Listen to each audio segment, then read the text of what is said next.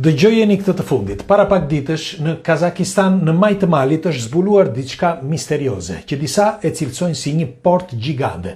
Në fakt, ka një formë të një porte, por studiuesit kur shkuan, thonë që kjo port mund të jetë krijuar nga reshjet, që është e vërteta, një gjë e tillë nuk mundet që të krijohet nga reshjet. Megjithatë, kjo port, sepse duket që është port, është rreth 15 metra e lartë dhe gjendet në maj të malit Dungarian Alatan. Vargmali Dungarian Alatan gjendet pikërisht në periferi me kufirin me Kinën.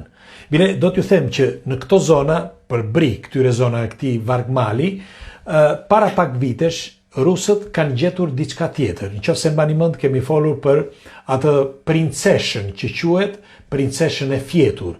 Pra që i kanë dedikuar edhe një lapidar kësaj princeshe, që ishte brenda një arkivoli që mendohet që përbërësit që ishin të arkivolit, së bashku me këtë, janë miliona vjeçar. Dhe pyetja është, si është e mundur që një gjë e tillë të gjendet në mal? Pra, nëse do të ishte krijuar kjo, që shihni këtu, kjo port, ose kjo formë, nëse do të ishte krijuar nga natyra, pse nuk u krijua dhe në vende të tjera ashtu siç dhe kjo, ose parafërsisht si kjo? Pra, ky mister, nëse keni lexuar kohët e fundit, ka lënë gojë hapur gjithë studiuesit dhe po kërkojnë që të kuptojnë se çfarë porte mund të jetë.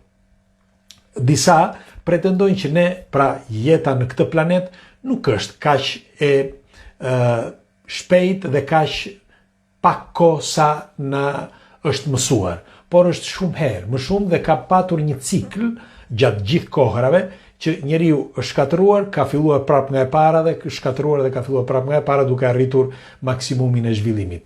Dhe kjo lloj porte mund të jetë një nga këto ndërtesa ose porta që të çon drejt një dimensioni tjetër, askush nuk e di, të krijuara në disa vende që aty vite më parë ndoshta kishte banime. Pra, kjo është hipoteza e disa studiuesve. Megjithatë, është ende shpejt, ende herët për të shprehur, po unë doja që t'ja u tregoja sepse ka ndodhur ky zbulim para pak javësh.